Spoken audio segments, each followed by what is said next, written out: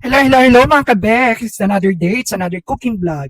And today, naisipan ko magluto ng minatamis na saging with sago for my merienda.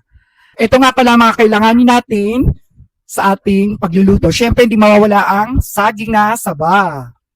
Siyempre, may asukal dyan, yung brown sugar, may langka, may vanilla extract, at siyempre, sago.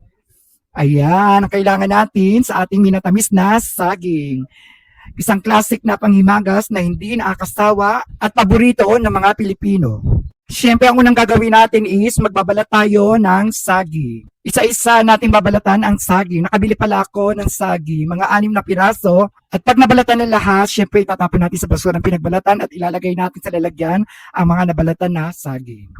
Ihiwain pala natin ang isang saging sa 3 piraso. Ayan, para mas marami siyang tignan. At para hindi ka na mahirapang hatiin pag kakainin mo na. Yan na lahat ang ating nahiwang saging. Start na po tayo magluto. Siyempre, sindihan ng kalan. And then, ilalagay po natin yung kasirola. Yes, lalagyan po natin yan ng 2 basong tubig. Then, maglalagay po tayo ng asukal na pula sa ating pinakukuluang tubig. Haluin para matunaw yung asukal. At pag natunaw na yung asukal is pakukuluin natin for about 10 minutes. Sa oras na to is nagpalit po tayo ng kaserola kasi medyo madilim yung kaserola natin kaya hindi natin nakikita yung ating pinakukuluan. Kaya nilagay natin sa panibagong kaserola. Haluin ng mabuti hanggang sa pinakailalim para mas lalong tunaw na tunaw yung asukal. Then takpan para madaling kumulo yung ating pinakukuluan. At maghintay hanggang sa kumulo na mga ilang minuto lang.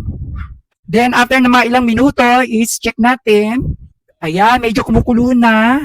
And then pag okay na yan is lalagay na po natin yung saging na saba. Then haluin ulit. Then lalagay na po natin yung langka. Mix it again. Then takpan ulit para lumambot na yung saging. At hintayin maluto. At pagkatapos ng ilang minuto is i-check natin kung okay na yung saging, kung malambot na siya. Ayan, medyo malambot-lambot na yung saging. Then lalagyan na po natin ng vanilla extract. Isang kutsa ng vanilla extract po ang ilalagay natin. Then isunod na natin ang sago. Ilagay na natin lahat. Then haluin. Yes, at hintayin natin kumulo. Ayan, okay na yung ating minatamis na saging with sago. Plating na po tayo. Ayan, sinasali na natin sa lalagyan yung ating minatamis na saging. O, diba? Sura pa lang, masarap na siya. At eto na nga ang ating minatamis na saging with sago. Masarap yan pag lalagyan natin ng yelo at gatas, evaporated milk. Sarap yan, tamang-tama sa mainit na panahon. Diba? Saging con yelo. Bye mga kabek! See you on my next luto. Bye! Happy viewing!